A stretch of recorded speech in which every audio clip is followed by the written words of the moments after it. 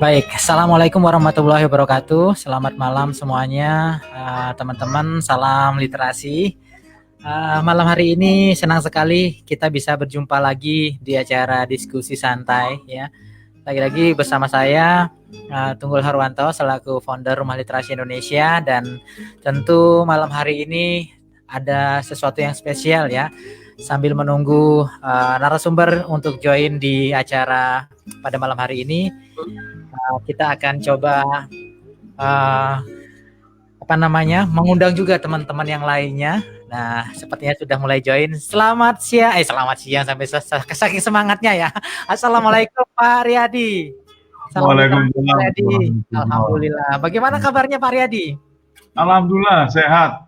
Sehat ya. Saya hanya bisa memantau aktivitas di media sosial, ya. Kita jarang ketemu, tapi luar biasa. Saya melihat, wah, aktivitasnya masih terus menginspirasi, dan akhirnya saya coba untuk komunikasi lewat media sosial, dan alhamdulillah malam hari ini teman-teman yang lagi menyaksikan di fanpage Rumah Literasi Indonesia dan YouTube Rumah Literasi Indonesia, hari ini kita kedatangan tamu yang spesial. Beliau adalah guru saya, guru inspiratif saya juga, banyak sekali memberikan informasi yang tentunya bisa menjadi pencerahan buat kita semuanya. Namanya Pak Riyadi Arianto, founder Sekolah Alam Raya Jember.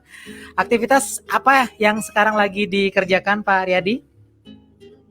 Oke, sebagaimana biasa kita juga membantu tentang proses belajar jarak jauh, ya.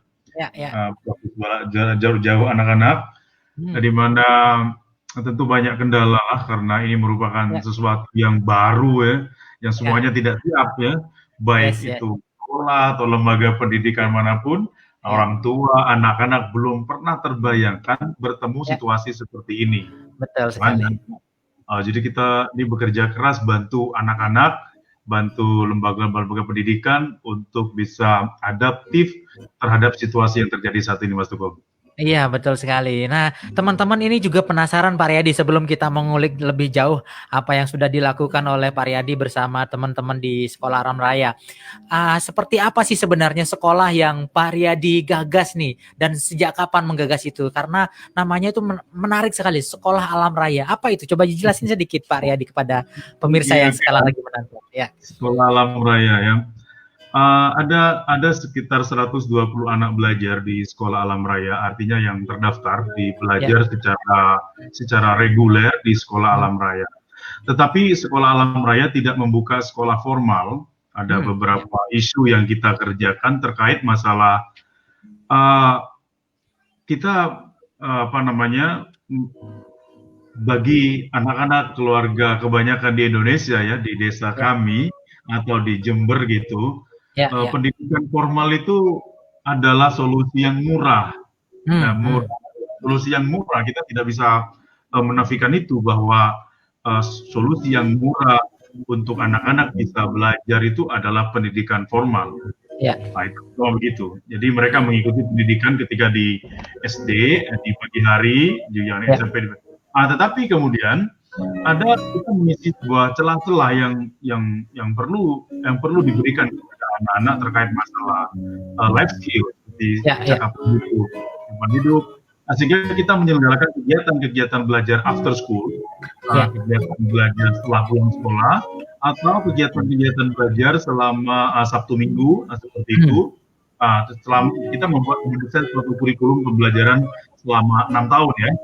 Jadi selama anak-anak ini belajar menggunakan kurikulum life skill dari Sekolah Alam Raya melalui after school, camping, traveling, seperti itu selama 6 tahun.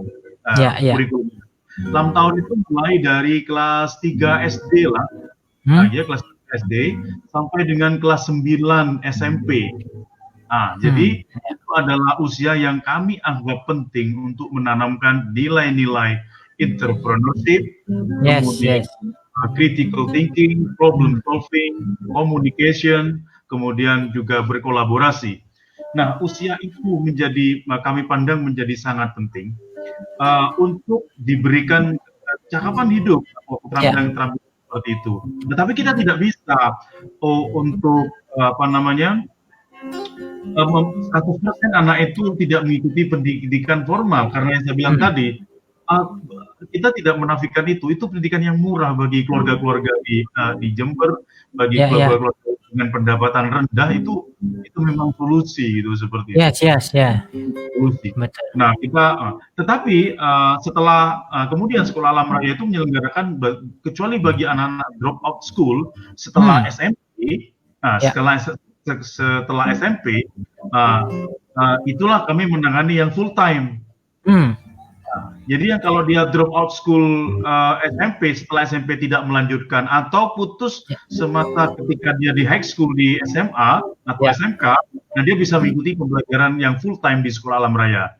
Nah, begitu di yang drop out school ya, yang biasanya anak-anak putus sekolah di Sekolah Alam Raya ada sekitar 18 anak lah gitu, mengikuti full time school di Sekolah Alam Raya. Tapi kalau yang kelas 3 SD dan SMP, kami tetap menyarankan agar mengikuti pendidikan formal. Ya, seperti itu manajemen yang kita buat sementara ya. Kita akan mungkin bagaimana untuk perubahan-perubahannya, tapi yang sementara ini yang kita jalankan adalah seperti itu, Mas Unggul. Ya. Baik, menarik sekali. Pak Riyadi, yang menjadi alasan paling mendasar Pak Riyadi membuat Sekolah Alam Raya ini apa ya kira-kira? Kenapa sampai sejauh ini bersikukuh istiqomah untuk menjalani kelas-kelas di luar dari model-model pembelajaran konvensional begitu Pak Riyadi? Ya, saya kira bukan rahasia ya. Saya juga seorang guru di sekolah formal gitu. Betul ya. Kurikulum kita kadang-kadang kurikulumnya tidak salah, tapi kadang-kadang ditafsir atau diselenggarakan secara sistem itu kemudian menjadi keliru atau menjadi hal yang kurang cocok dengan situasi, tidak adaptable dengan situasi. Nah, misalkan, apakah ada sekolah yang saat ini yang ada gitu, kebanyakan lah gitu. Kami juga membaca riset seperti itu. Ya. Anak-anak datang ke sekolah itu untuk belajar mengerjakan soal ya. Iya. Kan ke sekolah untuk belajar bahasa Inggris, itu soal bahasa Inggris, bukan bagaimana kita menggunakan bahasa Inggris. Iya, betul. Mesti kayak gitulah. Jadi boleh orang itu penelitian ya. Itu yang dikerjakan oleh banyak orang ya, para ahli, bahwa sekolah kita untuk menyelesaikan ujian. Betul. Untuk menyelesaikan dari SD ke bahkan mungkin dari TK ya, dari TK ke SD, dari dari SMP. Nah, seperti itu. Nah, yang berujung dengan ujian nasional itu sebagai tolak ukur tertingginya adalah ujian nasional setelah mereka di SD. Tahun berapa saya meneriakkan bersama kawan-kawan relawan untuk tolak ujian nasional ya. Iya, betul. Menjadi tolak ukur dari keberhasilan belajar anak. Evaluasi atau ujian-ujian yang diberikan di sekolah itu seharusnya adalah mengukur keberhasilan guru, bukan pencapaian anak yang diukur oleh ujian. Betul. Seorang anak bisa belajar dengan cepat, bisa belajar dengan lambat. Bukan yang lambat berarti bodoh, tetapi bisa saja dia lambat, tapi ketika cepat dia nggak hilang-hilang dia ilmunya gitu, karena lambat tapi kemudian ya kayak gitu maksudnya gitu. Iya, menarik. Kita berusaha bantu anak-anak supaya belajar ini harus terhubung dengan kecakapan hidup. Yes. Jadi kita bertanya kepada orang tua. Saya juga punya anak ya. Saya sebagai orang tua, apa yang diinginkan oleh orang tua? Sebenarnya ujungnya bukan pintar atau tidak pintar, yang saya inginkan adalah, kamu segera mandiri dari orang tua. Mandiri itu, begitu mandiri. Nah, sedangkan ke sekolah gitu, ke sekolah formal, justru kemandirian itu menjadi jadi sulit ditemukan di sekolah. Lu Mas Tunggul bisa bayangin. Dulu ketika ujian nasional itu pensil yang mau dibuat ujian nasional itu diserutin sama guru. Iya, betul sekali, saya merasakan itu. Mengalami itu. Jadi lucu ya. Itu SMA loh. SMA sampai betul sekali. Geli kalau diingat itu Pak Riyadi. Setipnya tuh yang nyediain itu guru. Setipnya itu. Ya itu SMA umur 18 tahun itu, Bu. Iya. Nah, but that's the system, ya kan? Aku tidak menyalahkan satu orang guru, dua orang guru. Sistemnya tiba-tiba jadi kayak gitu, seperti itu. Ayo lemeknya seperti itu. Kalau lemeknya nanti kalau ya kayak gitu. Mas Tunggu, lihat lagi. Baik sekali. Iya, jadi saya sampai geli tadi mengingat masa lampau begitu ya, bahwa tapi ya itulah perjalanan ya, karena memang guru-guru zaman dahulu itu juga dididik dengan model yang sangat old school begitu ya. Dan sekarang kita perlu menyiapkan satu perangkat atau satu ekosistem belajar yang betul-betul bisa memprediksi masa depan. Dan saya melihat harapan itu ada di Sekolah Alam Raya bersama teman-temannya. Nah, bagaimana tantangan Pak Riyadi itu meyakinkan orang tua yang mungkin awalnya belum aware dengan istilah Merdeka Belajar atau bahasanya Pak Riyadi tentang bagaimana pendidikan membebaskan itu betul-betul bisa diterima oleh keluarga. Nah, biasanya apa yang pengalaman menarik orang tua itu kembali yakin memilih Sekolah Alam Raya, akhirnya para orang tua memahami bahwa pendidikan fungsi pendidikan primer itu ada di keluarga, Pak Riyadi. Nah, oke. Kita tentu bertemu dengan orang tua. Jadi peran orang tua adalah vital ya, karena orang tua adalah guru pertama dan utama tentu. But kita punya kendala juga dong di tengah orang tua kita juga tidak siap ya untuk menemani anak belajar. Kita juga ada tantangan untuk ke sana. Nah, kita tentu menyampaikan kepada orang tua. Tapi tradisi ini ada sudah dari dulu ya. Nah, di sini sudah ada dulu. Cuman ketika kita bertemu industri, kita memandang sekolahan itu kemudian seperti pokoknya anak sudah diserahkan ke sekolah dan itu tanggung jawab adalah guru, seperti itu. Angkat tangan begitu orang tua ya. Iya, cuma nggak bilang kayak gitulah ya. Cuma jadi ya kira-kira prakteknya seperti itulah Mas Tunggul ya gitu kan ya. Artinya segalanya diserahkan kepada sekolah dan dalam tanda kutip sekolah itu semacam menerima itu sebagai memang seperti itu. Oleh karena itu kolaborasi antara sekolah dengan orang tua itu kecil sekali dalam pendidikan anak-anak ya kan gitu. Karena memang seolah-olah telah diterima oleh sekolah bahwa itu memang tanggung jawab kami sebagai guru kayak gitu. Nah, itu ya. Nah, jadi kalau semestinya guru dan orang tua itu adalah kolaborator belajar bagi anak. Nah, ya kan jadi kolaborator. Nah, tapi kita tentu bukan rahasia lagi lah ketika undangan ke sekolah itu biasanya kalau lagi ada yang mau biaya yang mau dibahas oleh sekolah. Gitu. Betul Pak Riyadi. Ada sesuatu yang harus disepakati dengan orang tua dan umumnya itu kalau pembiayaan, jangan seperti itu. Bukan bagaimana guru bisa berkolaborasi dengan bapak ibu terkait pendidikan anak, seperti itu kan. Nah, akhirnya yang terjadi sampai dengan hari ini adalah bahwa Merdeka Belajar atau kemampuan anak untuk mandiri belajar itu merdeka, independen learning, di mana kemampuan itu menjadi sangat rendah di anak-anak. Sehingga tergantung semuanya lah kepada sekolah, kepada guru Mas Tunggul ya. Kalau dia guru kayak gitu. Iya, ini Pak Riyadi, ada pertanyaan juga nih Pak Riyadi. Nanti sembari Pak Riyadi melanjutkan tadi tentang peran orang tua. Ini Kak Dimas Rahmadinata Syafaat, dia bertanya, bagaimana sih membangun budaya merdeka belajar di era new normal? Nih, langsung ke praktik nih kayaknya Pak Riyadi. Pak Riyadi tentu melihat bahwa sekarang kondisi pandemi ini betul-betul membingungkan semua pihak gitu ya, tidak hanya orang tua, tapi juga guru. Nah, ini ada pertanyaan, bagaimana terus kita membangun budaya merdeka belajar nih di era new normal ini katanya? Ya, bagus banget ya pertanyaannya ya. Sebenarnya aku lebih suka new era ya daripada new era. Ya. Ya, kalau new normal ini sepertinya mempertahankan status quo yang menurut saya yang ya. Kemarin sudah kita bahas juga tentang itu Pak. Jadi saya juga lebih sepakat bicara mungkin adaptasi atau true normal bahkan ya, bukan new normal lagi sebenarnya. Iya, true normal. Tapi bagaimana menurut Pak Riyadi nih? Iya, true normal ya yang aku baca yang Mas Tunggul ini sebut ya. Ya bagaimana true normal? Iya gitu. Emangnya normal yang kemarin bagus gitu, mau dipertahankan gitu. Nah gitu. Jadi budaya merdeka belajar itu jangan takut.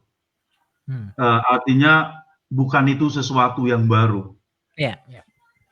itu merdeka belajar itu adalah sesuatu menurut saya atau kami di Sekolah Alam Raya adalah gifted, itu diberikan. Itu fitur manusia yang diberikan oleh Tuhan untuk dia eksis sebagai manusia. Coba kita kenang anak-anak ketika masih belum ketemu sekolahan. Wah, pinternya luar biasa. Keberaniannya, gini ya, kritisnya luar biasa. Bayangin Mas Tunggul ya, ketika umur 3 tahun, aku punya anak umur 3 tahun ya, umur 3 tahun. Itu 50% kosakata yang aku punya itu dia kuasai. Yes. Dalam satu puncaknya itu menurut riset ya, puncaknya di umur 5 tahun itu 80% kosakata sehari-hari orang dewasa, dia udah capture itu. Dari mana mereka dapat seperti itu? Nah, support, mereka dapat dukungan dari orang-orang sekitar, dari orang tua. Makanya kalau anak saya jatuh, tenang, gak sakit. Jadi tentara nanti gitu kan. Wah iya, gak masalah. Itu dapat support ya dari orang-orang sekitar. Dan uniknya, kapan hal itu hilang? Ketika dia masuk sekolah. Menarik ya. Fitur itu justru terbunuh oleh institusi baik itu institusi pernikahan yang bernama keluarga atau yang bernama sekolah juga mengatasnamakan pendidikan dan membunuh yang paling berharga dari diri seorang manusia itu, yaitu fitur belajarnya tadi. Iya, betul sekali. Nah, jadi tidak usah takut. Jadi merdeka belajar itu ada sebenarnya. Itu anak-anak bisa sepintar itu ketika kecil. Wah, ini Mas Tunggul, saya ini bukan hanya di kelompok orang-orang dengan ekonomi latar belakang ekonomi ke atas ya. Yes, betul. Di mana-mana di kampung-kampung yang namanya anak sebelum usia 5 tahun tuh, Masya Allah itu energinya luar biasa ya. Kita bisa melihat keajaiban itu betul-betul. Betul. Bisa mengekspresikan begitu ya hebatnya ya seperti itu. Itu merdeka belajar. Maka dalam waktu 5 tahun saja dia capture banyak hal. Bahkan dia juga bukan hanya belajar tentang kosakata ya, dia belajar bagaimana dia berjalan, bagaimana dia berbicara, bagaimana dia makan. Itu merdeka belajar.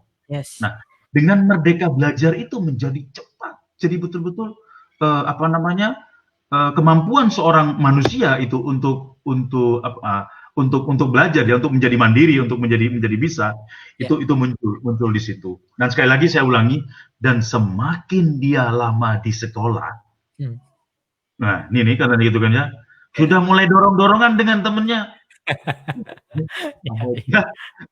Kok saya Bu? Kok saya Pak? Mulai dah, jangan saya Pak, mulai dah gitu.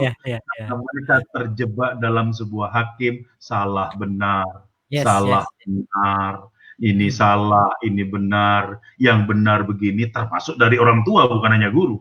Seperti itu. Nah, tetapi ketika sebelum 5 tahun itu, jarang sekali orang tua itu mengatakan ini adalah salah. Yuk terus, bisa, seperti itu semuanya. Tetapi ketika dia mulai mendaftar ke sekolah, mulai menggunakan seragamnya, nah inilah ya. Cita-citanya hanya akhirnya sebatas ruang kelas begitu ya. Padahal sebelumnya dia harus, cita-citanya itu luar biasa ya. Bahkan sulit untuk dibayangkan kadang-kadang cita-citanya. Tetapi ketika masuk ke dalam kelas, cita-cita itu angkat tangan saja nggak berani, begitu Pak Riyadi? Iyalah, nggak berani. Karena kebanyakan yang saya tahu ya, tentu saya tidak ingin menyebut setiap kita bicara tentang guru atau orang tua, saya ingin garis bawahi sekali, bukan berarti semuanya ya. Nanti selalu ada saya tidak Pak, saya tidak berbicara semuanya. Kita mari kita jujur apa yang sedang terjadi, bahwa ulangan atau evaluasi atau assessment yang terjadi di sekolah itu adalah menghakimi anak-anak, bukan untuk review apakah saya sebagai guru berhasil ngajar apa enggak gitu. Nah, betul sekali. Nah, assessment itu tentunya tujuannya mestinya adalah itu, untuk mengevaluasi bahwa saya sebagai guru ini bisa diterima nggak sama anak-anak ya, seperti itu. Bukan anak-anak kemudian menjadi kamu kelompok di bawah 10. Akhirnya diklasifikasikan begitu ya. 10, Pak, dan lebih 10. Itu kita tenanglah, kata-kata 10 besar itu sampai hari ini menjadi 10 besar. Nah, 30 kecil. Yang 30 semua ya. Coba bayangin, 10 besar dikali 40. Yang kecil 30. Iya. Nggak pernah masuk 10 besar ini, Mas Tonton begitu. Dia di bagian yang kecil terus seperti itu. Coba sampai hari ini aja itu kata-kata 10 besar, walaupun sudah sistem ranking udah banyak dihapus oleh sistem. Tapi kata-kata 10 besar itu sampai dengan hari Mas Tunggul, wah cepet banget itu. Iya, betul. 10 besar apa enggak? Seperti itu. Iya, baik. Bagaimana yang kecil-kecil, ya kan? Oke, Pak Riyadi, menarik ya.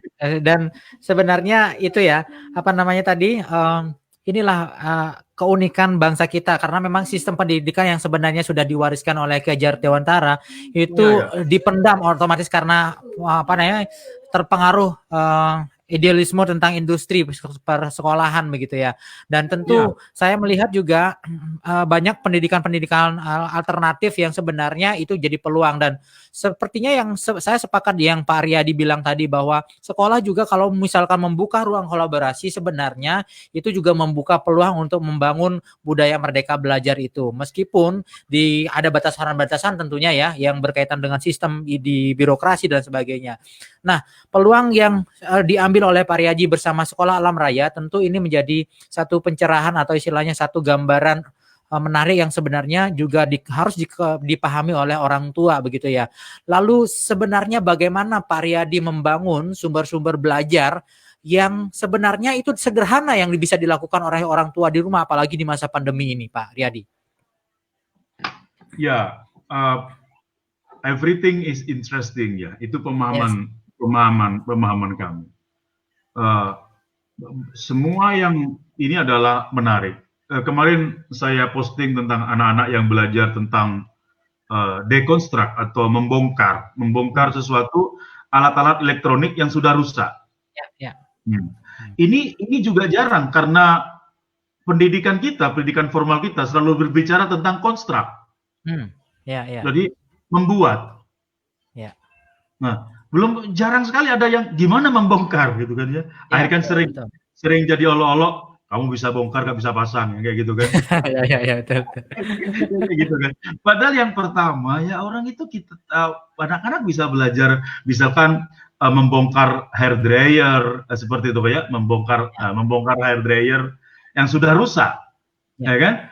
Terus dia jadi tahu obeng minus itu kayak apa. Obeng bintang itu kayak apa? Obeng L itu kayak apa? Baut itu apa?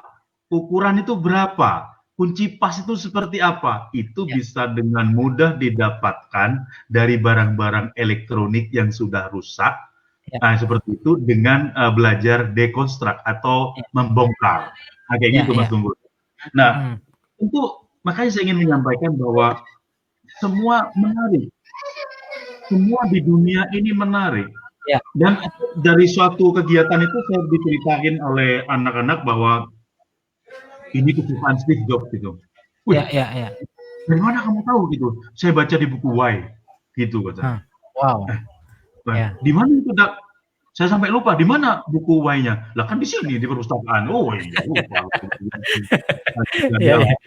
Buku Why itu ada Why, ada namanya Steve Jobs judulnya. Dan di situ disebutkan bahwa salah satu kesukaan Steve Jobs adalah bongkar-bongkar barang-barang elektronik yang sudah rusak.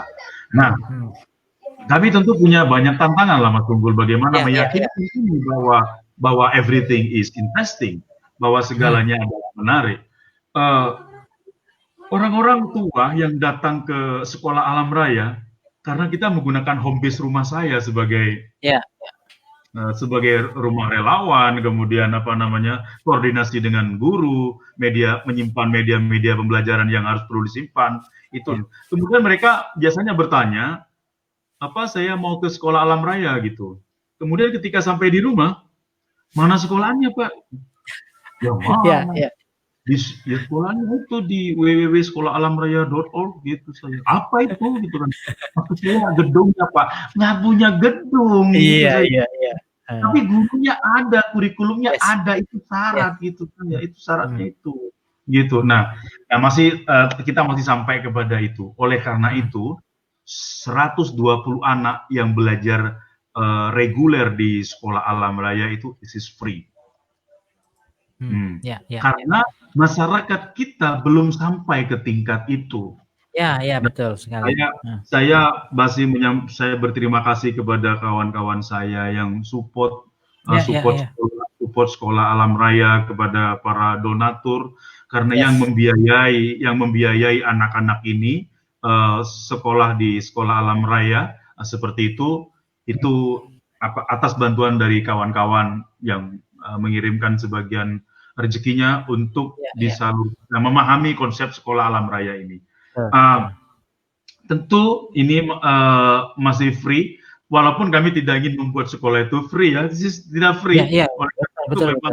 Disampaikan kepada donatur, kepada kawan-kawan yang bersedia membantu ini, kita mempunyai fixed cost yang kira-kira per anak itu butuh sekitar 250.000 lah per bulan gitu ya. Itu kita butuh sewa bis, kita butuh naik kereta api ke Banyuwangi yang sering ke Bangsering gitu. Itu walaupun murah tapi kita memerlukan energi yang luar biasa untuk menyelenggarakan kegiatan belajar melalui di kereta api itu. Seperti itu Mas Lugu.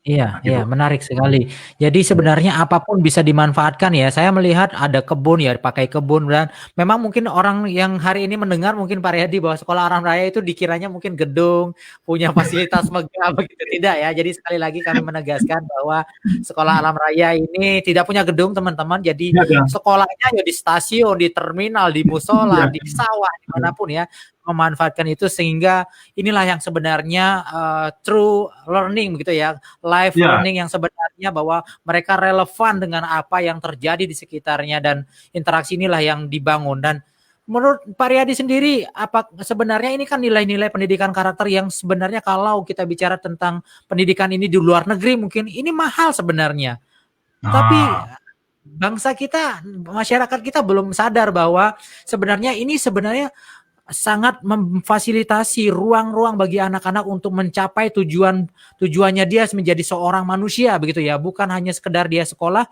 kemudian targetnya hanya mengandalkan ijazah begitu. Bagaimana Pak Riyadi melihat paradigma tentang pendidikan, tentang membebaskan ini, Pak Riyadi? Ya, kadang-kadang saya menghibur diri saya melihat foto-foto kegiatan anak-anak belajar, lihat videonya gitu. Kadang-kadang Masya Allah gitu kan, bisa ya sekolah kayak gini anak-anak di kampung saya ini tuh. Bisa lihatlah tempatnya indah gitu kan ya, naik kereta api, menggunakan peralatan-peralatan safety yang ya biasanya hanya dinikmati oleh sebagian orang ya, dan tidak secara reguler ya. Di sini ada peralatan banyak hal seperti pelampung, banyak hal-hal yang seperti impossible didapatkan oleh anak-anak di kampung saya. Membuat kelas-kelas lingkaran itu mungkin hanya bisa dilihat di negara-negara maju ya. Sering betul sekali, betul. Tapi lihat kayak gitu itu ya keren banget ya gitu saya gitu. Pantesan anak-anak itu kan jadwalnya itu ya belajarnya tuh jam 2 sampai jam 4. Iya. Nah, di after school-nya itu jam 1 udah datang. Saking semangatnya ya. Inilah dinamakan drive-nya itu dari dalam diri begitu, bukan karena dorongan yang lain begitu, luar biasa. Itu jam 2 sampai jam 4 itu kan. Itu jam 1 udah datang. Coba bayangin. Kita juga sulit kan udah gitu. Iya. Yang ketika closing jam 4, dia tetap aja baca-baca sampai jam 5 gitu kan. Betul. Benar ini kejadiannya sampai seperti itu. Dan itu hampir 100% anak-anak itu seperti itu. Baca, pokoknya ya karena tentu ada mereka tidak ini lagi uniknya. After school itu diselenggarakan 2 kali dalam seminggu, Mas Tunggul. Berarti yang 5 harinya kami mengintegrasikan dengan dia ikut TPQ gak gitu. Nah, sehingga kita bikin buku catatan.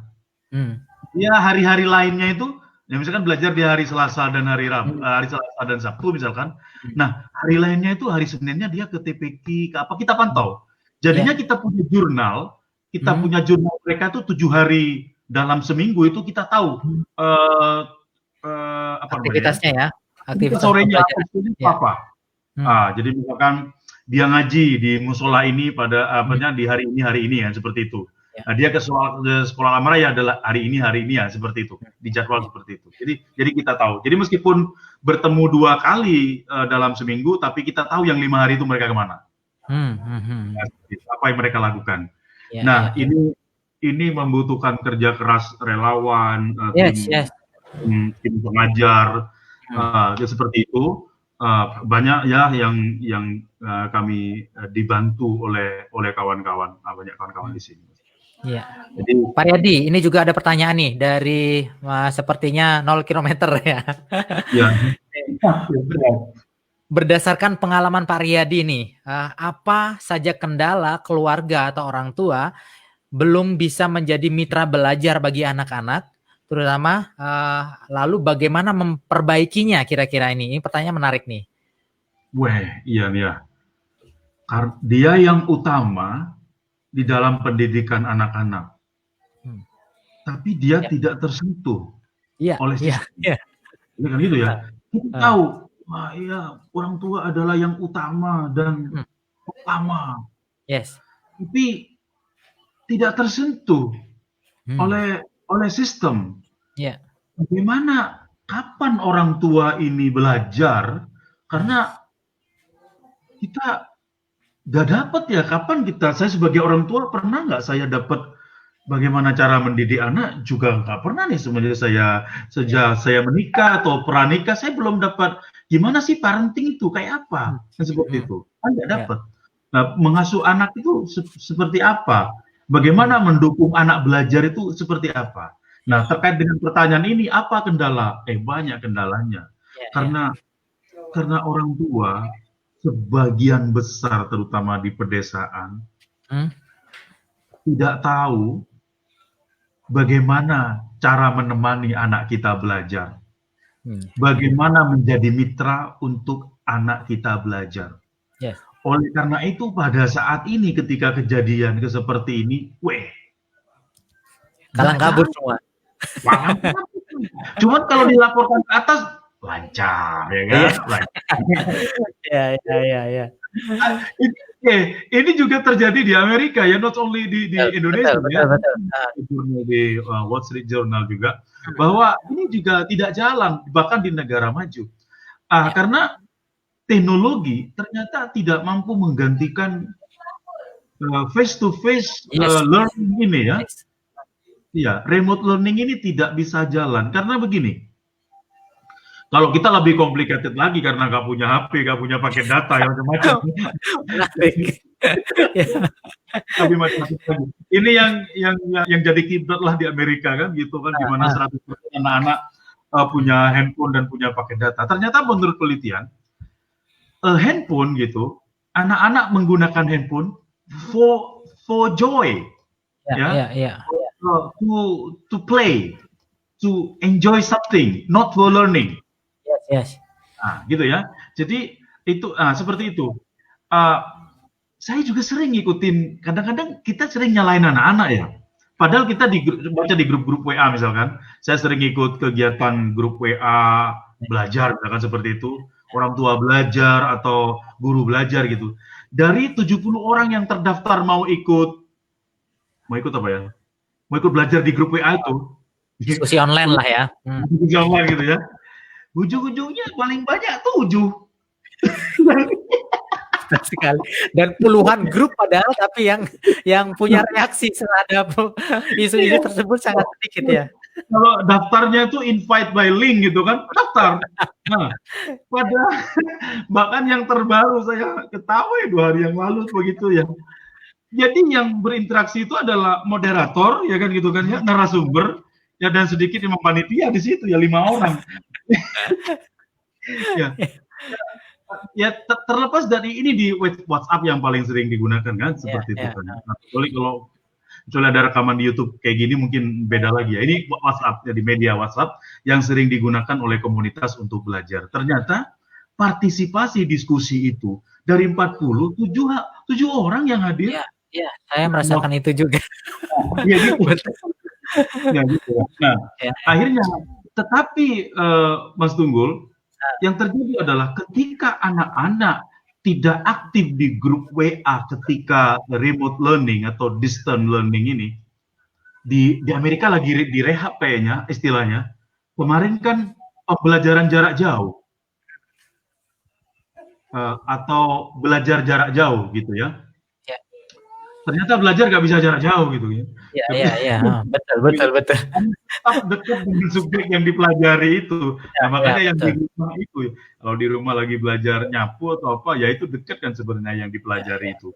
Makanya sekarang muncul istilah-istilah yang sering digunakan itulah remote learning. Jadi remote ya, jadi remote learning ya, seperti itu ya. Kemarin itu distant learning kayaknya begitu. Nah, itu ternyata tetapi ketika di grup-grup belajar guru yang saya lihat, ya saya punya anak SD juga, saya baca juga punyanya grup-grup wali murid, wah guru-gurunya tuh marah. Ya apa sih Rek, kok kayak gini, kok gak ada keaktifan kalian gitu kan ya. Ada yang seperti itu. Padahal dalam hati saya, kemarin ibu aja diskusi sama saya juga gak aktif sama sekali. Iya. Absen WA, cuma absen aja kalian begini, katanya gitu. Saya juga mengalami banyak hal cerita-cerita dengan anak-anak di distant learning ini ya, pembelajaran jarak jauh ini. Wah, saya baru tahu ternyata cuma ada paket chat ya, paket chatting. Jadi mereka beli paket chatting, tapi sekolah menggunakan Google Classroom. Iya, nggak connect. Iya. Terus gini ya, terus ada juga sekolah yang protes gini, halah kamu update status seperti itu di Facebook, sedangkan kamu di Google Classroom nggak hadir. Itu baru tahu ternyata ada Facebooknya cuma gratis yang Iya. Ya kita guru-guru marah-marah terus ya tiap hari ya kan ya. Jadi seperti merasa dikibulin sama anak-anak ya. Tapi kok bisa katanya pakai Facebook update status dia nulis gini di Facebook gitu. Ya ternyata baru tahu itu paketnya gratis yang di Facebook seperti itu. Iya. Baik, menarik ya Pak Riyadi. Oke, satu lagi Pak Riyadi, ini ada pertanyaan nih. Yang kedua nih katanya Pak ini dari Facebook, dari komentar, bagaimana strategi yang benar yang harus dilakukan oleh orang tua atau keluarga agar bisa selalu mengimbangi adaptif terhadap tumbuh kembang anak yang penuh kejutan. Nah ini dia yang tadi di awal kita sudah bahas, usia sebelum dia masuk ke sekolah itu energinya luar biasa. Bagaimana nih upaya untuk mengimbangi nih Pak, supaya beradaptasi dengan sebenarnya anak-anak yang lebih merdeka daripada orang tua nih, gimana? Ya tadi gitu ya, nah, keren banget pertanyaannya ya. Ketika belum 5 tahun kita, orang tua oke aja. Oke kan? Enggak ada. Sekarang sekali lah kita mau pukul anak, marah-marah sama anak di bawah 5 tahun kan. Selalu kita support. Maksudnya kalau jatuh itu, yuk bangun lagi gitu kan. Itu bakal terjadi di mana aja. Hanya ketika dia masuk sekolah, memori orang tua tentang pendidikan itu muncul lagi. Hidup itu yang sudah berpuluh-puluh tahun dia nikmati itu jadi ikut dia kayak gitu. Hilang yang namanya merdeka belajar itu menjadi hilang. Nah, jangan khawatir pendiri bangsa kita. Apakah ya kita gitu. Kalau paling contoh paling saya sebut itu apakah Borobudur? Saya bilang ke orang tua itu Borobudur itu bukan dibuat oleh ITB gitu saya. Ya, betul. Bangunan bisa sekeren itu bukan buatan UGM gitu ya gitu. Iya. Artinya fitur belajar itu ada, Mas, gitu. Yeah. Itu fitur manusia yang diberikan oleh Tuhan. Yes. Kamu survive-nya itu dengan cara ini, berpikir atau belajar. Belajar itu adalah berpikir, gitu kan ya. Nah, gitu. Kita waktu anak kecil, gak ada anak kecil kita tuh dulu membelikan buku panduan belajar belajar. Ya, betul. Bahkan guru, orang tua juga nggak beli di Gramedia buku betul. melatih anak merangkak. Gak ada. Anak-anak nggak baca itu, tapi kita memang memerdekakan waktu itu. Memerdekakan dia merangkak, kita tampani. Oke, 1, 2, 3 gitu, sangat support terhadap anak. But ketika dia masuk ke dalam sistem sekolah, memori orang tua tentang apa itu persekolahan, lah aktif langsung ya. Dia punya program otomatis tuh orang tuanya. Ya gitu. Maka tidak heran ya, walaupun ya kita banyak mendengar cerita-cerita tentang kenapa inovator tidak lahir di sekolah, kenapa inovator kita tidak lahir di universitas, justru malah orang-orang drop out dari kampus kayak gitu ya. Kita emang cerita lah kayak gitu. Ya rata-rata ya kasusnya seperti itu.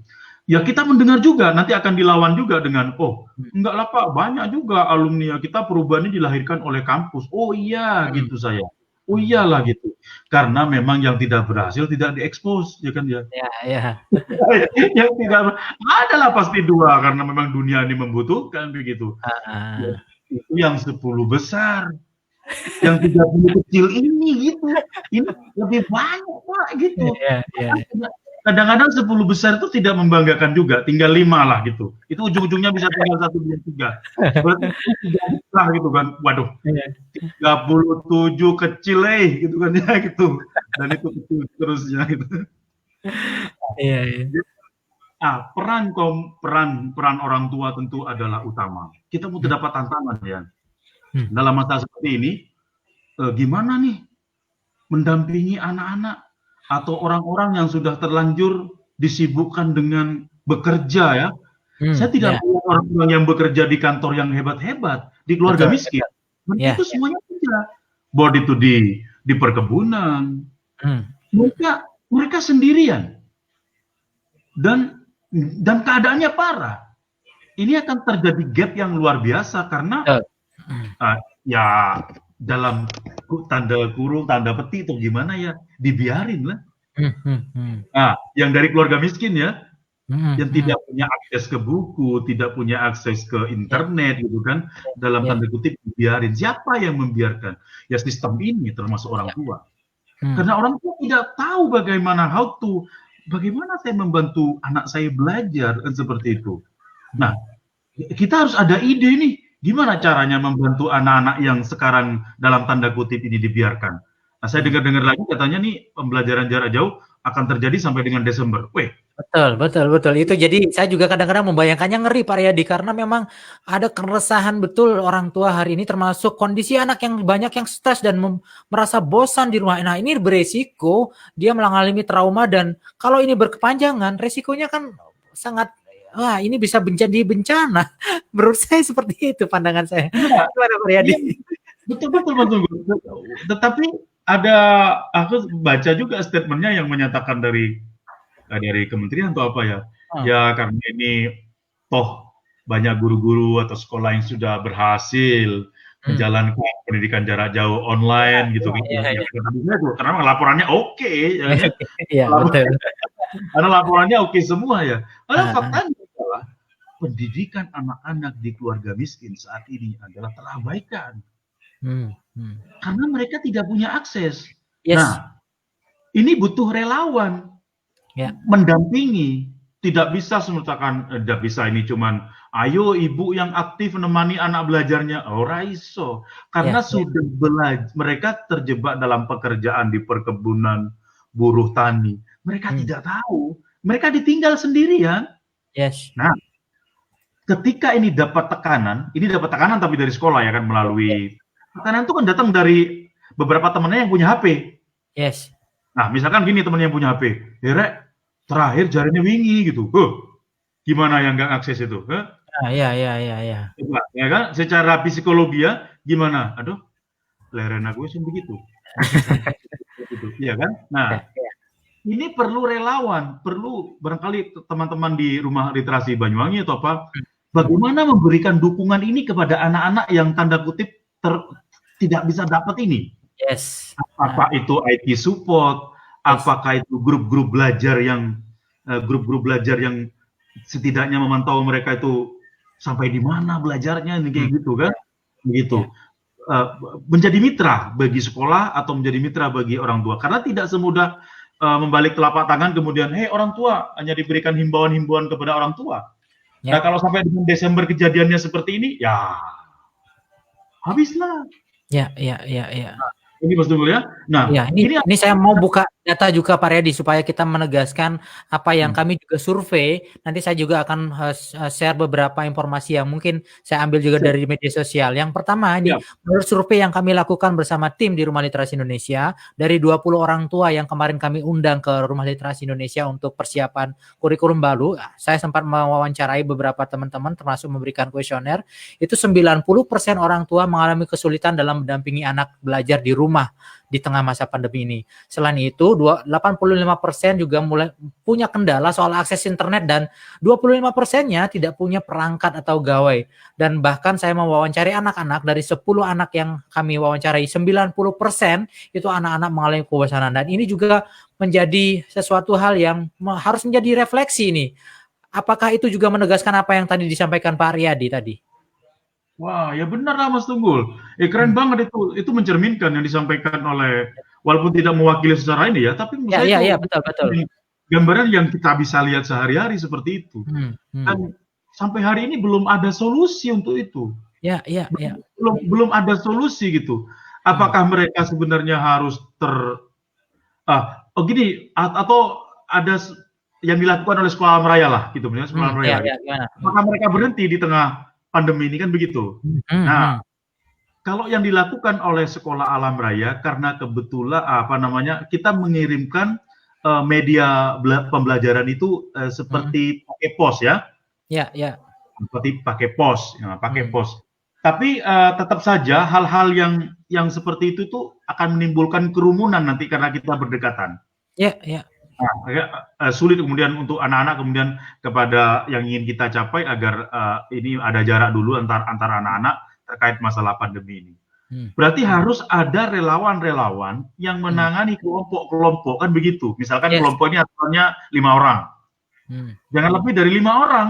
Ini ditemani oleh relawan yang bekerja sama antara komunitas wali murid atau kemudian guru. Harus ada ini pihak misalkan bekerja sama dengan siapa nih punya relawan, siapa yang biasanya bantu-bantu anak belajar gitu kan, bahwa nggak bisa nih sendirian. Perlu katalisator ya begitu ya untuk menghubungkan ini ya. Bayangin kalau ini terjadi sampai dengan Desember. Sekarang anak-anak itu jenuh. Tapi jenuh itu dalam tanda kutip bukan berarti kemudian serta-merta ingin masuk gitu kan. Betul sekali. Tapi tidak tahu apa yang harus dilakukan gitu kan ya. Harus dilakukan. Banyak di desa malah orang tuanya cuma marah-marah. Iya, betul sekali. Marah-marah karena tidak tahu. Dan ketika ujung kemarahannya itu adalah berhenti kepada yang sering saya dengar ini, sudah leren aja gitu. Frustasi ya, Pak. Betul.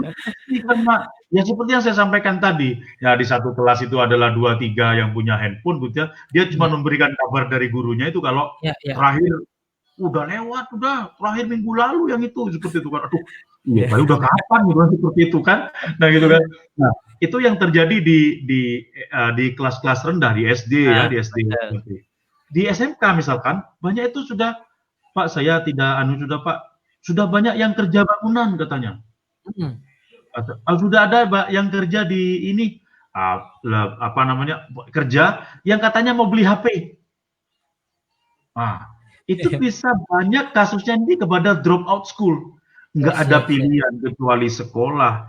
ini harus bekerja sama dengan pihak-pihak, apakah itu LSM, apakah itu organisasi-organisasi yang membantu pendidikan anak, kelurahan atau apa saja seperti itu kan ya, untuk memantau bersama-sama apa kendala mereka seperti itu kan, mengenai kita tidak akan mencampuri, tetap kurikulumnya oke lah, sekolah kan begitu kan, sekolah yang atur. Tetapi yang support ini siapa? Karena mengandalkan orang tua ini nggak ada. Nggak bisa Mas Tunggul kan seperti itu. Nah, berarti kan harus ada pihak-pihak yang membantu, misalkan bahkan sekolah juga tidak menyediakan IT support. Nah, misalkan dia ada kesulitan dengan Google Classroom, kesulitan dengan ini, tidak bisa tampil, itu biasanya tanya kepada gurunya. Yang gurunya kadang-kadang juga nggak tahu. Dan sekolah itu memang tidak menyediakan, misalkan nanti kalau ada kendala terkait masalah IT, ini adalah teleponnya Pak ini, Bu ini. Ini kan seperti itu, terkait masalah IT. Kalau terkait masalah bosan, ini, Pak ini, Bu ini, gitu kan. Ini dipikulkan semua kepada gurunya. Aduh, saya ketawa-ketawa di murid saya. Pak, saya tidak mengerjakan, Pak. Kenapa? Gitu saya kan. Ya Pak, saya sudah tidak nutut saya Pak, gitu kan. Loh, kata-kata nggak nutut begini. Iya, benar. Seperti itu, Mas. Menarik. Iya. Nah, baik, Pak Riyadi. Mau diteruskan? Mau gimana? Enggak, lanjut dah. Oke, baik. Ini juga saya menulis di salah satu website Pak Riyadi. Mungkin Pak Riyadi juga sudah melihat beberapa media sosial di Banyuwangi juga sekarang lagi sedang gencar-gencarnya mempersiapkan diri dalam wisata new normal nih Pak Riyadi. Videonya sudah berjalan tersebar luas dan itu menjadi viral di mana-mana begitu. Di satu sisi saya juga menulis dan mengkritisi tentang soal ini karena memang new normal ini sebenarnya kan belum secara utuh melihat bagaimana perspektif anak, kebutuhan anak hari ini termasuk orang tua begitu. Nah, saya juga menulis bahwa harusnya pemerintah, saya tidak melarang atau saya tidak bukan karena tidak setuju soal pariwisata yang dengan konsep new normal ini, tetapi paling tidak pemerintah lebih membuka ruang buat mendengarkan lebih dalam lagi bagaimana keluhan atau masalah-masalah bahkan tantangan-tantangan yang diterima oleh orang tua dan anak-anak hari ini begitu ya, daripada fokus hanya sekedar melayani wisatawan dari mancanegara agar tumbuh ekonomi, sedangkan di satu sisi kondisinya sangat miris begitu Pak Riyadi. Melihat anak-anak hari ini setelah kami wawancara, kami duduk bareng begitu, mereka punya keluhan yang luar biasa terhadap bagaimana hak pendidikan yang hari ini sebenarnya harus kita fasilitasi. Terlepas dari kita bahas mau masuk atau tidak sekolah, itu bukan urusan kami. Yang penting pemerintah juga harus punya ruang untuk membantu memberikan layanan sepenuhnya terhadap anak-anak. Bagaimana Pak Riyadi melihat hal ini? Ya, tentulah. Pertama, kita melihat ya, saya kebetulan basic saya itu sebenarnya pariwisata ya. Basic saya itu pariwisata. Pariwisata memang kita terpukul lah, bisnis pariwisata ya, terpukul itu memang luar biasa ya. Karena memang pariwisata itu memang cepat dijadikan sebagai image, sebagai branding gitu, tapi sekaligus cepat rapuh, cepat hancur. Nah itu seperti itu. Dan pulihnya pariwisata, mengandalkan lagi pariwisata, menurut saya kira saya terlibat diskusi-diskusi pariwisata dengan teman-teman di Bali, kayaknya harus ada alternatif yang berbeda dengan pariwisata yang dimaksud dengan tahun-tahun sebelumnya. Seperti itu. Karena fakta beberapa kali gitu kan, begitu ada isu flu saja sudah langsung cancel yang namanya ini. Apalagi. Nah, ini fakta-fakta yang terjadi sekarang yang dilakukan pemerintah terkait pariwisata, kembali ingin membuka ekonomi pariwisata. Nah, ini fakta yang menunjukkan bahwa kita hanya berbicara di tingkat normatif bahwa pendidikan yang akan merubah bangsa. Tapi pada prakteknya, mari kita membangun ekonomi gitu, bukan membangun pendidikan. Itu. Bukan membangun manusianya. Jadi sampai dengan hari ini kan, jadi tetap seperti itu Mas Tunggul. Jadi, tentu sampai hari ini terus terang aja belum ada solusi-solusi yang ditawarkan. Semuanya adalah tentang pasar. Ini adalah tentang bagaimana orang datang kembali ke kafe, bagaimana orang datang kembali ke hotel, karena itu menggerakkan ekonomi.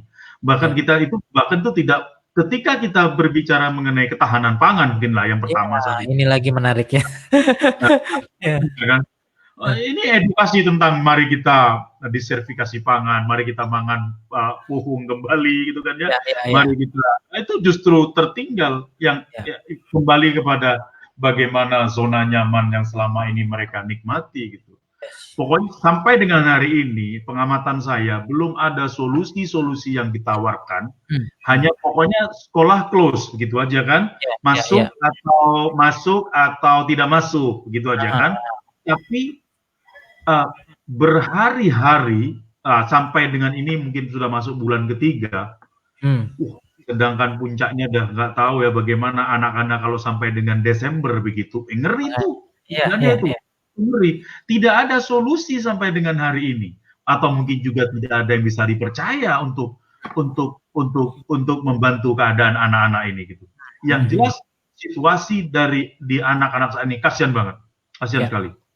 Ya, kita bergerak di sekolah meraya kecil sekali lah, jadi tidak bisa solusi. Tapi paling tidak saya juga merasa terbantu begitu dan merasa ada harapan Pak Riyadi, karena memang Pak Riyadi atau dimanapun relawan yang hari ini juga terlibat, itu saya melihat bahwa ya kita perlu kayaknya ini lebih serius nih ngobrol, menyuarakan barang-barang secara masif begitu ya, bahwa ketika sekolah, orang tua atau layanan pendidikan tidak mampu menjangkau kelompok-kelompok yang tadi kita sebutkan begitu ya, karena memang anak-anak itu kan beragam, tidak hanya mereka yang di kota-kota besar saja, di desa-desa juga karakteristiknya berbeda begitu.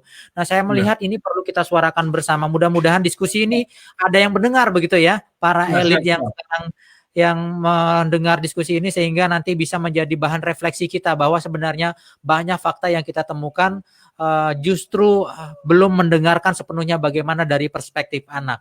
Nah, saya melihat ini mudah-mudahan bisa menjadi pencerahan. Pak Riyadi, saya melanjutkan ini. Pak Riyadi sepertinya punya banyak sekali konsep pembelajaran di rumah supaya orang tua yang hari ini sedang resah begitu ya, minimal dia mulai ada sedikit spirit baru begitu setelah mendengar diskusi ini atau nanti memutar ulang diskusi ini begitu. Sumber-sumber belajar yang sederhana Pak Riyadi, seperti yang misalkan saya akan tampilkan ini terkait dengan bagaimana Pak Riyadi memanfaatkan kebun nih Pak Riyadi ya. Sepertinya ini menarik begitu. Jadi ada apa dengan konsep belajar yang seperti yang sempat kita ulas tadi sepintas tentang ketahanan pangan, sebenarnya menjadi hal yang harusnya ini skill dasar yang harus dimiliki oleh anak-anak kita hari ini, Pak Riyadi. Ya, siap. Nah, mempelajari seperti di dalam gambar ini saja, itu tentu menjadi suatu hal yang sangat menarik buat anak-anak. Siapa yang bisa menyelenggarakan seperti ini? Ya. Nah, ini butuh dukungan yang luar biasa. Mungkin orang tua, tapi sedikit sekali orang tua yang bisa memahami seperti ini, seperti dalam disebut tentang ketahanan pangan atau apa. Nah, kurikulum kita, banyak yang mengatakan, udah Pak, ini kurikulum di sekolah kita kan sudah difleksibelkan. Nah, fleksibel yang seperti apa? Itu tidak ada kemudian anak-anak langsung. Dan tidak bisa kemudian yang disebut life skill itu hanyalah, silakan kamu, banyak sekali kejadian lucu, misalkan, saya melihat anak-anak berjemur, terus difoto. Ngapain kamu? Kayak panik di depan halaman rumah. Ngirimkan foto.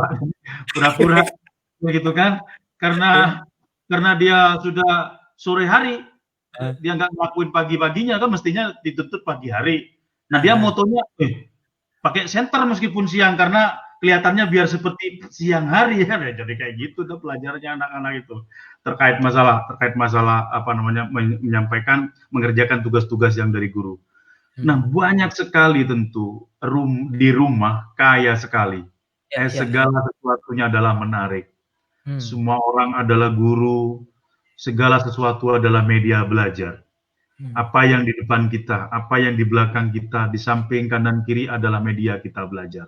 Tetapi tidak semua orang bisa menjadi fasilitator anak untuk belajar. Nah, ini butuh kawan-kawan, butuh kolaborasi. Karena guru tidak mungkin kalau di sekolah itu hanya ada 6 guru 7 orang di sekolah SD, tapi dia ada sekitar muridnya 150, tidak mungkin bisa menangani itu dalam apa namanya, menangani kurikulum yang tidak pernah kita siapkan sebelumnya, Mas Tunggul. Kita tidak pernah tahu keadaannya, semuanya kaget. Jadi kalau kita tanya juga siapa juga yang tersiksa dengan keadaan ini? Gurunya juga sebenarnya gitu kan. Iya. Tahu Pak apa yang harus kami lakukan itu kan. Cuman ya gitu, laporannya oke kan begitu kata saya. Siap, nah, seperti itu kan. Sudah selesai, sudah bagus. Nah, media-media pembelajaran ini kaya di rumah, di sekitar kita. Tapi tidak semua orang bisa selama ini belum bisa menangkap apakah ini media belajar, apakah ini saya belajar, apakah Nah, ini itu menarik Pak Riyadi, saya garis bawahi.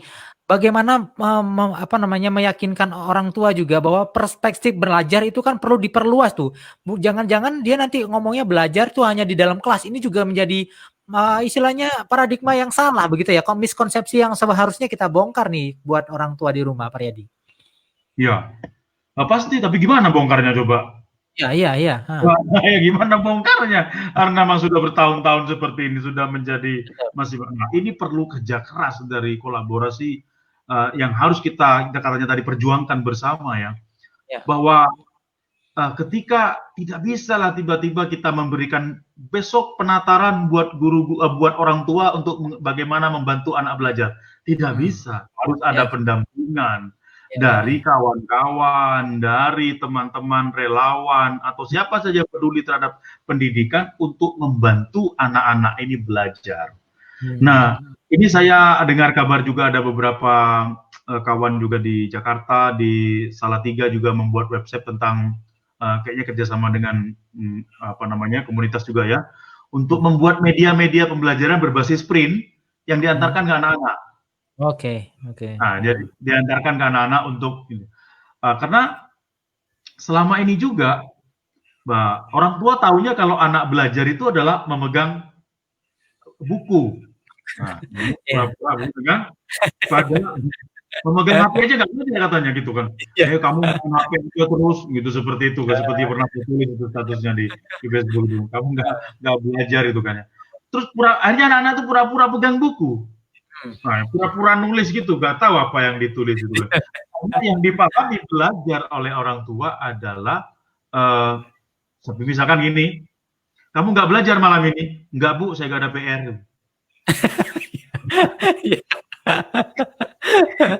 Di Banyuwangi, di Jember sama lagi gitu kan, sama kayak gitu di mana-mana gitu kan. Nggak ada PR ya, nggak belajar kan gitu kan. Jadi, nah oleh karena itu, karena yang disebut belajar itu adalah mengerjakan PR, gempur aja anak-anak ini dengan PR gitu kan jadinya. Banyak hal lah gitu. Kita tuh tentu harus, saya setuju, harus kita dengungkan terus, harus kita perjuangkan. Apa solusi real? Ini solusinya bukan dibelikan HP sama pulsa loh. Betul. Bukan ya kan. Tuh ini keluhannya bukan hanya sekedar oke, kalau gitu besok anak-anak semuanya di dropin tab gitu kan ya. Enggak bisa. Enggak ada, solusinya bukan itu. Itu cuma salah satu yang muncul karena paling mudah dibahas. Pak nggak punya pulsa gitu, Pak nggak punya HP. Itu cuma yang paling mudah. Emangnya kalau saya belikan pulsa kamu bisa itu? Nah, bisa Pak, itu cuma supaya dibelikan pulsa gratis lah dari saya itu kan ya. Jadi solusinya bukan itu. Ini perlu duduk bareng. How to support children learn. Nah, bagaimana mendukung anak-anak ini belajar? Itu duduk dari orang tua melalui conference seperti ini ya. Gimana caranya membantu? Terbuka nggak guru dengan jadwalnya seperti apa? Dengan materi? Guru mau nggak terbuka dengan apa yang dia perintah atau instruction? Itu juga pertanyaan lagi tuh. Aku meskipun gini nggak mau kalau rencana pengajaran saya dilihat oleh orang tua murid itu kan. Iya. Mau nggak guru terbuka dengan begitu? Ya gitu kan ya. Nah, gitu. Itu ada tantangan lagi, belum tentu mau gitu kan ya. belum tentu mau itu kan. Terus banyaklah kerjaan, ada salah lagi, udah pokoknya anak-anak itu mau nyapu di rumah, mau cuci piring, mau membersihkan kamar mandi, silakan Anda buatkan videonya seperti itu. Itu kalau cuma 2 minggu, ya kan ya. What's next? Langsung gitu nanti enggak. Kalau bagian Desember ya payah lah gitu kan. Ya kan? Iya. Coba itu kan masa tiap hari kirim video berjemur, kirim foto merapikan tempat tidur, ya kan ya. Sampai Desember, nggak bisa Mas Tunggul. Nah ini harus ada upaya kan kita bersama yang sampai hari ini kita belum diundang nih bagaimana sih mendesain pembelajaran ini bareng-bareng sama kayak gitu ya. Akhirnya mungkin ada usulan-usulan karena juga harus terbuka kurikulum sekolah. Ya, betul sekali. Nah, apa yang ditugaskan oleh guru? Harapan guru, apa sih tujuan pembelajaran anak ini? Ini harus diketahui oleh orang tua dan supporter tadi, oleh tim yang mau bantu. Kalau enggak, ya nggak bisa. Selalu ada kesenjangan akhirnya di mana orang-orang yang mungkin secara perangkat infrastruktur, secara kapasitas dia tidak mampu karena memang kelompok itu justru saya melihat lebih banyak ya Pak Riyadi. Ya lebih banyak lah gitu kan. Ini jangankan di kota seperti kita ya, ada di Jakarta mah kacau ya seperti itu kan ya. Karena ya itu tadi ternyata anak-anak ke handphone itu bukan untuk learning, untuk belajar, untuk enjoy, untuk membantu dia belajar begitu ya. Ya. Walaupun secara teori, bisa sekarang banyak itu di Google apa itu teori seperti itu ya kan ya. Tapi ketika samalah, ya kita jangan pura-pura lah. Kalau kita pegang HP ya 70% lah meskipun kita suka belajar lah untuk seneng lah. Minimal kita lihat HP-nya bagus juga itu kayak gitu ya.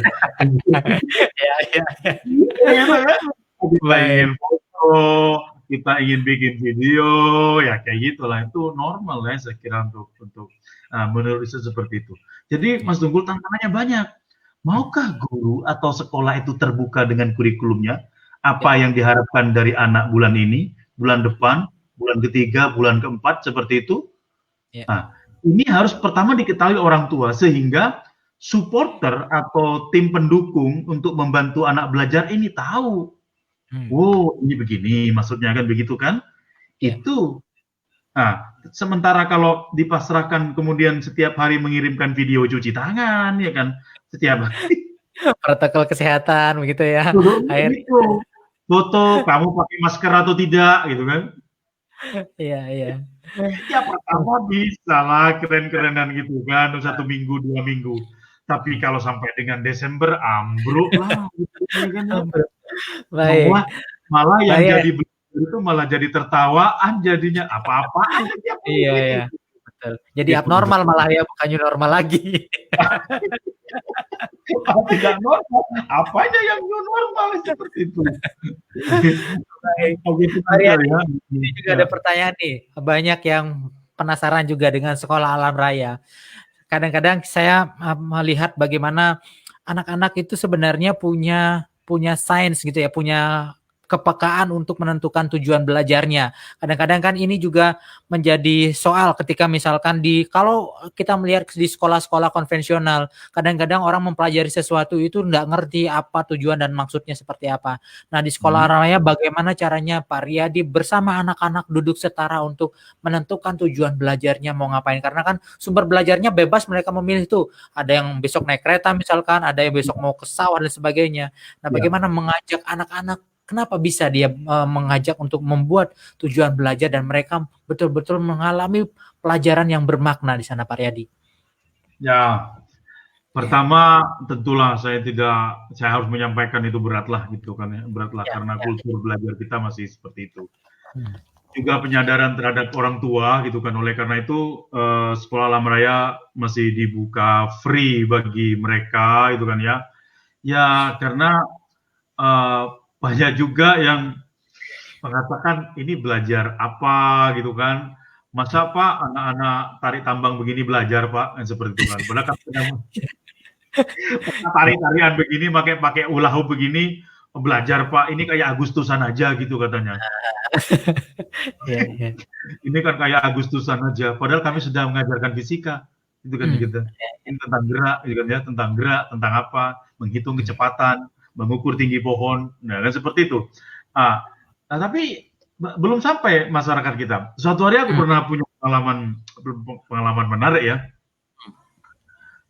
Rombongan sekolah mahal di Jember gitu, sekolah mahal ya, sekolah-sekolah yang pakai kurikulum internasional bagaimana ya, mau mengalami belajar di sekolah alam raya gitu. Coba bikinkan Pak kami sebuah paket belajar. Kayaknya pingin Pak, anak-anak kami pingin belajar seperti mereka, seperti anak-anak di sekolah alam raya gitu. Cobalah bikin proposal gitu. Maksudnya berapa biayanya Pak kalau mau ikut kayak gitu gitu. Maka terus datanglah saya ke situ, ke tim sekolah alam raya itu, ke sekolah yang dimaksud gitu kan. Terus diajukanlah biaya per anak 50.000 gitu. 50.000. Mereka langsung begini, hah? 50.000 Pak? Iya. Kan itu di kampung Pak, gak ada tiketnya gitu.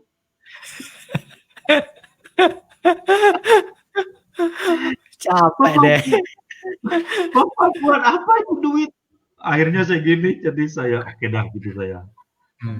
Kami bukan event organizer, kami pendidikan, kami sekolahan gitu. Kami sama tempat belajar. Sebelum putra-putri Bapak Ibu itu masuk ke sungai, sebelum masuk ke sawah itu, 2 hari sebelumnya tuh sawah itu telah dijaga supaya tidak ada belingnya, tidak ada paku. Iya. Nah, gitu kan? Gitu. Kemudian kami melibatkan relawan yang begitu banyak untuk safety, karena mereka mengalami exciting yang luar biasa ketika melihat sapi, ketika mereka menyeberang sungai, ketika mereka berkunjung ke rumah penduduk, apa-apa di rumah penduduk itu langsung ditutupi sama anak-anak seperti itu. Nah, begitu senangnya mereka berada di yang tempat yang belum pernah gitu. Tapi sekolah orang tua waktu itu bertanya, itu kan nggak ada tiketnya Pak gitu. Wah, nah seperti itu. Mereka tidak tahu itu kan ya. Padahal 50.000 tuh kami menyediakan karena supaya bisa merasakan masakan orang desa juga. Kita menyediakan food, kita melakukan banyak tenaga untuk safety, untuk media-media pembelajaran, walaupun itu hanya berlangsung sekitar 5 jam, tapi hari-hari sebelumnya menyiapkan kunjungan ke desa itu menjadi sangat luar biasa. Nah, oleh karena itu, sampai dengan hari ini, ya itu meskipun itu sekolah internasional yang bergabung ke sini ya, rata-rata itu masih disupport. Iya. Disupport oleh kami, oleh yayasan kami lah seperti itu kan. Karena memang orang support karena 50.000 udah teriak pasti gitu kan. Bapak. Aduh, ayah. Bapak gitu kan. Cuman bikin masakan kulupan kayak gitu Pak, udah bayar 50.000. Banyak. Kita menggunakan peralatan safety yang luar biasa, bekerja sama dengan Mapala, bekerja sama dengan organisasi safety yang karena belajar di alam itu safety first ya. Nah, pokoknya jangan masalah menarik atau tidak, fun atau enggak, tapi yang pertama adalah safety. Itu yang pertama. Menggunakan fasilitas safety nomor 1 itu biayanya mahal. Seperti itu. Betul. Kita tidak bisa mengganti, udah talinya pakai rafia aja seperti itu kan. Enggak bisa. Baik, Pak Yadi. Ini juga ada pertanyaan lagi nih, sama dari 0 km nih. Apa pesan reflektif nih Pak Yadi kepada orang tua agar lebih peka terhadap kebutuhan anak hari ini berdasarkan perjalanan hidup dari SD hingga jadi guru seperti sekarang? Nah, ini menarik nih. Ini pasti mancing-mancing tahu saya, masa kecil saya ini. Pasti tidak. Aku tuh ketika pendidikan anak-anak keluarga miskin itu sudah dilabel dengan tidak bisa, tidak mampu, kamu orang miskin, kamu sekian gitu. Saya telah membuktikan, saya adalah anak yang pernah cerita itu, saya dari anak yang bukan untuk sekolah ya, untuk makan nggak ada gitu. Saya 5 bersaudara, yang 1 orang saya yang sekolah, Itu pun karena keluar dari rumah dan menjadi anak jalanan karena saya ingin sekolah. Oleh karena itu, pesan kepada orang tua, kepada pendidik, pesan refleksi saya, semua anak-anak ini adalah istimewa. Gitu. Yes. Sistem inilah kemudian yang tiba-tiba mengelompokkan kita menjadi sistem itu statistik ya. Anda orang miskin, Anda orang kaya diukur dari pendapatan orang tua. Tapi anak itu bukan anaknya yang miskin. Bukan itu orang tuanya, itu status miskin kaya ditentukan oleh statistik. Kalau Anda berada di pendapatan Anda itu di bawah $2 sehari, Anda orang miskin. Itu statistik itu kan ya, untuk kepentingan yang lain lagi itu seperti itu. Tapi pada prinsipnya semua anak adalah istimewa dengan bakatnya sendiri. Hanya sering kita melihat kalau pendidikan kita seperti dikatakan oleh Albert Einstein, kalau ikan disuruh naik pohon, bangkrutlah semua anak ini seperti itu. Nah, kejadiannya seperti itu. Siapapun Anda, karena efek penyeragaman ini, karena seperti di industri ingin membuat barang yang sama, dengan konteks yang sama, sekolahnya berbasis, ini adalah sekolah pabrik ya, bergaya pabrik tentu, ingin outputnya itu adalah anak-anak, bukan output kualitas. Saya sering mengatakan bahwa output sekolah itu bukan anak-anak, but the system. Sistemnya itu yang apa namanya, quality dari produknya sekolah itu adalah sistem, bukan anak-anak itu. Gitu. Nah, tapi ini tidak karena sekolah ini dibuat model pabrik, akibatnya selama ini kita mengetahui bahwa, atau selama ini kita terdoktrin bahwa produk sekolah itu adalah anak-anak. Sekolah ini menghasilkan, lulusan SD ini bisa diterima yang favorit. Juara Olimpiade begitu ya, macam-macam lah brandnya. Itu ada begitu anak satu juara Olimpiade di situ, dibuatlah banner kan di depan sekolah itu. Langsung di branding. Brandingnya kan gitu kan, persisnya seperti pabrik lah ini. Wah, ini produk kita itu kan ya. Tanpa pernah tahu di sekolah itu ada 250 anak. Foto anak itu yang dipajang itu sampai warnanya habis, seperti itu kan. Sampai warnanya habis seperti itu kan ya, sampai nggak jelas seperti itu kan ya. Itu satu anak dipasang di situ mengabaikan 249 yang lainnya. Nah, seperti itu. Karena kita berbasis seperti itu. Plus, ini bukan hanya di Indonesia, karena sistem sekolah pabrik ini juga produk dari global. Sebenarnya kita harus belajar. Tapi kita dapat momen nih sekarang, Mas Tugul. Ya, betul. Momen gitu. Tetapi kan, ayo balik ke new normal. Artinya, makanya aku bilang, era baru aja gitu. Emangnya yang kemarin gimana gitu, mau dibawa-bawa gitu lagi gitu. Jadi maunya cuma sekolah ini berubah, itu cuma berubah jadi maskeran gitu. Iya, betul. Berubah cuman ini pakai hand sanitizer dan gitu. Hanya berubah itu kan nanti sekolahan. Padahal ini adalah momen yang tepat sekali untuk merekonstruksi pendidikan kita. Dan ini bukan suatu hal yang istimewa. Bapak pendidikan kita udah nilai-nilai sudah ada di situ. Sudah ada nilai-nilai di situ. Bahkan menurut saya pendidikan di kita ini harus jauh berbeda dengan pendidikan yang ada di global. Tahukah alasannya apa gitu? Misalkan sangat berbeda. Kita itu pendidikan di mana kultur kita menikah ya, berkeluarga. Tapi kultur di pendidikan kita bukan. Makanya ada sering pertanyaan begini, ketika anak-anak lulus SMA, saya bertanya, siapa yang setelah lulus SMA ini mau rencananya menikah? Itu langsung menikah tuh menjadi seperti aib. Ya. Ini apa Bapak ini kan gitu ya? Seperti itu. Kenapa kok gitu ya coba? Karena pendidikan kita itu adalah pendidikan Amerika. Pendidikan luar, yang memang pendidikan Amerika tidak ada masalah, mereka menikahnya 45, 50, begitu kan. Wah, kalau di Indonesia masalah itu. Oleh karena itu kita harus punya sistem pendidikan sendiri. yang Indonesia banget ini kan itu, karena memang beda. Bukan konteks ini juga ya, bukan konteks pembelajaran. Oh berarti nyontoh pendidikan Arab, bukan itu aja. Yang Indonesia kita harus punya sistem pendidikan kita sendiri, karena ketika apa namanya pendidikan kita mengikuti yang seperti yang sekarang, kita kesulitan sekarang. Oleh karena itu cerita-cerita tentang jomblo itu tragis sekali kan di dunia sekarang gitu kan ya. Gimana itu? Jadi semakin tinggi menjadi masalah dan seperti itu. Nah, pendidikan kita harus menemukan ini ada momen nih untuk perbaiki. Tapi apakah kita memanfaatkan momen ini?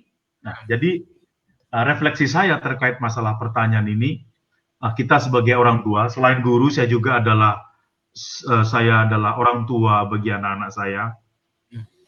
Saya berusaha untuk merdeka belajar. Tetap anak-anak saya adalah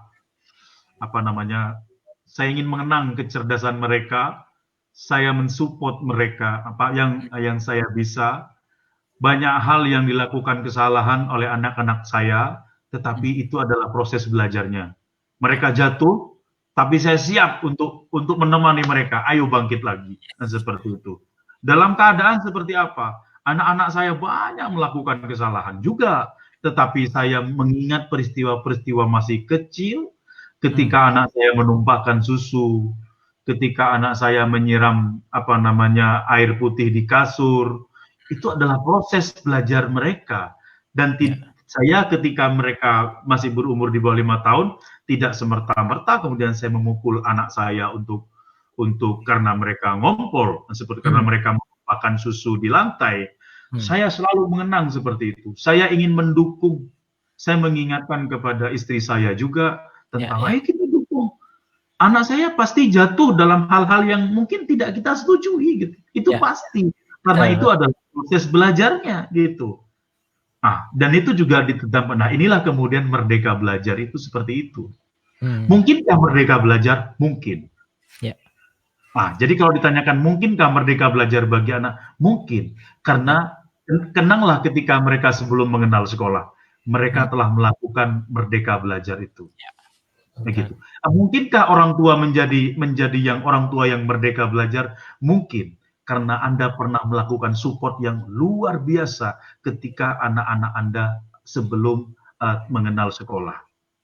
Belum pernah saya, kemudian banyak orang kemudian sampai mungkin hanya ada kasus-kasus kelainan ya ketika anak memukul anak di bawah 5 tahun seperti itu. Tetapi umumnya orang tua mensupport luar biasa ketika anak-anak dalam tahap belajar seperti itu.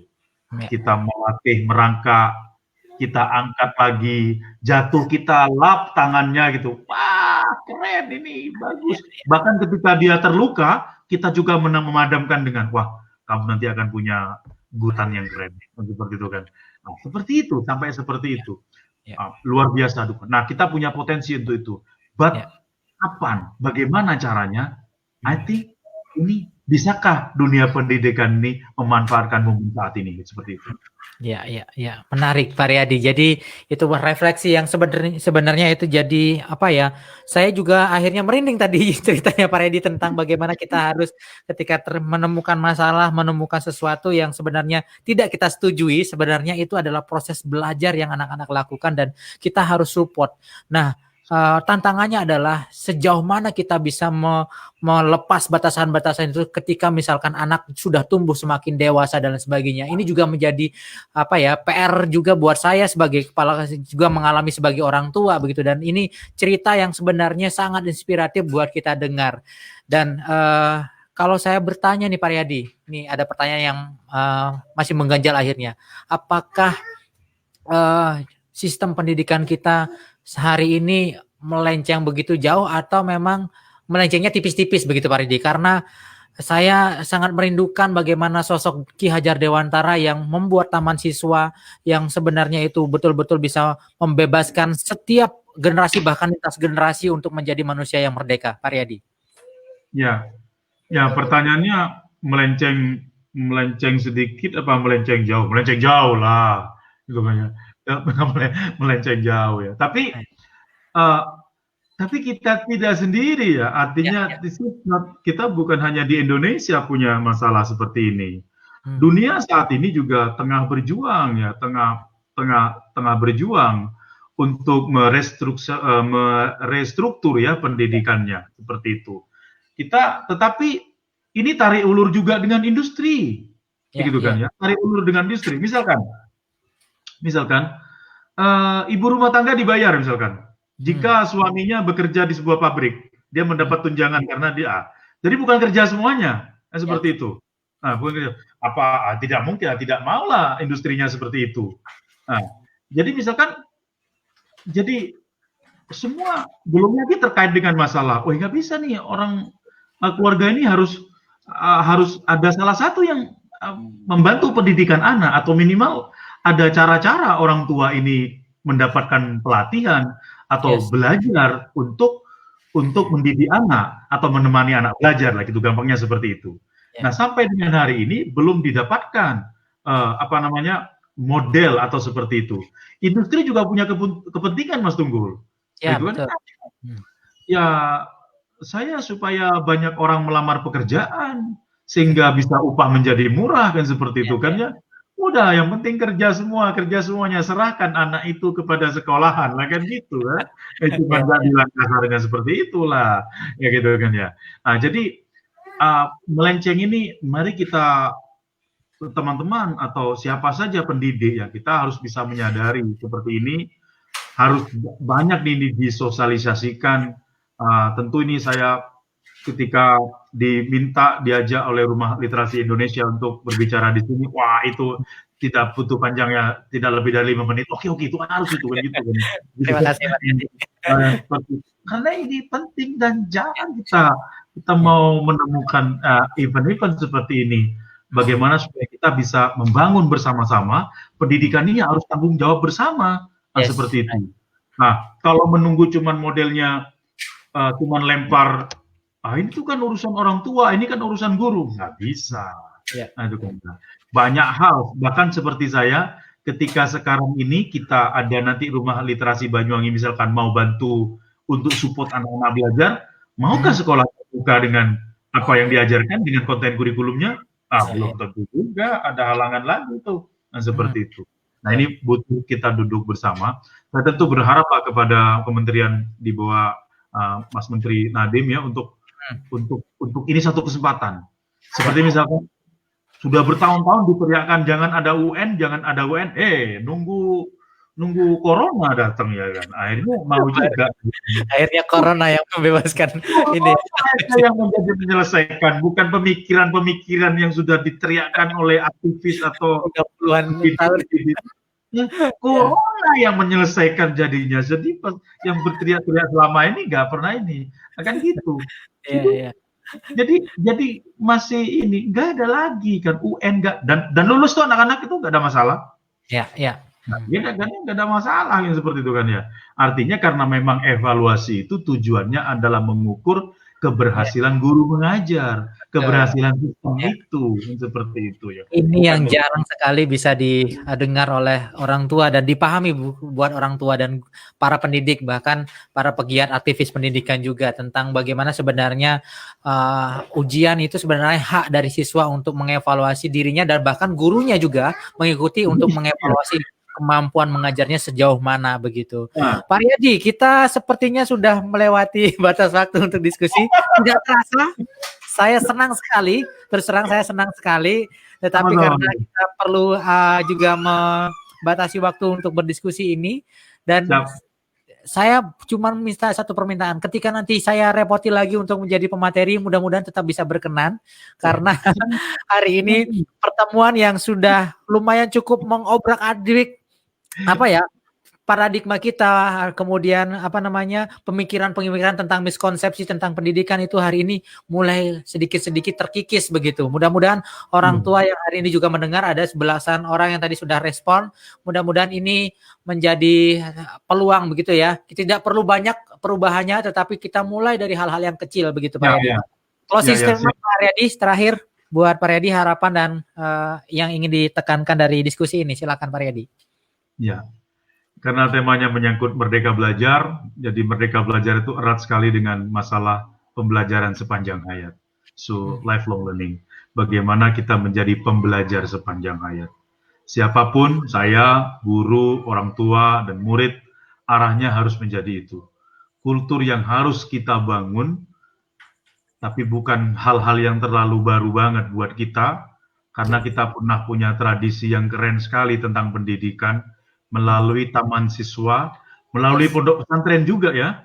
Kalau di pondok pesantren itu kan ada orang sampai 40 tahun itu belajar di pesantren zaman dulu. Nah, seperti itu kan. Dan orang belajar di pesantren tidak ditanyain ijazahnya. Jadi artinya dia cuma bilang kalau dia pernah di pondok pesantren ini selama 15 tahun. Umumnya semakin lama di pesantren itu dia malah makin bangga. Nah, kan gitu. Jadi lifelong learning, tetap semangat orang tua, kita diberi kepercayaan oleh Tuhan untuk menemani anak-anak kehidupan ini untuk terus belajar. Rawatlah fitur belajar ini. Jadi fitur ini manusia menurut saya fitur ini yang paling keren. Yang diberikan oleh Tuhan adalah fitur belajarnya. Jadi terlepas ada sekolah atau tidak, anak-anak akan belajar. Terlepas itu ada guru atau tidak, sebenarnya anak-anak akan belajar begitu.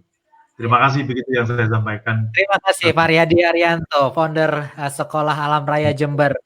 Salam hangat juga buat putra-putri di rumah, teman-teman yang sedang belajar di Sekolah Alam Raya.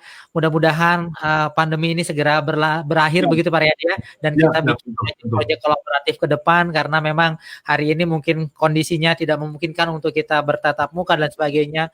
Kita tetap mengikuti protokol kesehatan, tetapi di sisi lain mari kita bangun agar anak-anak betul-betul memiliki kecerdasannya atau menumbuhkan kecerdasannya sendiri, dan percayalah bahwa anak-anak sebenarnya justru menjadi guru kita, menjadi guru kehidupan yang sangat luar biasa. Terima kasih Pak Riyadi sekali lagi. Salam buat semuanya, dan mohon maaf ketika ada kurang, dan sekali lagi saya bilang Pak Riyadi, ketika nanti ada waktu sesi selanjutnya saya repotin, mudah-mudahan berkenan begitu Pak Riyadi ya. Itu banyak detail-detail yang belum kita bicarakan ya, rata-rata masih bicara ini, belum bicara detailnya. Kayak apa sih sebetulnya itu next ya. Next time ya. Thank you Pak Riyadi, salam literasi, salam buat semuanya. Saya Iri, wassalamualaikum warahmatullahi wabarakatuh. Ya, siap-siap, makasih.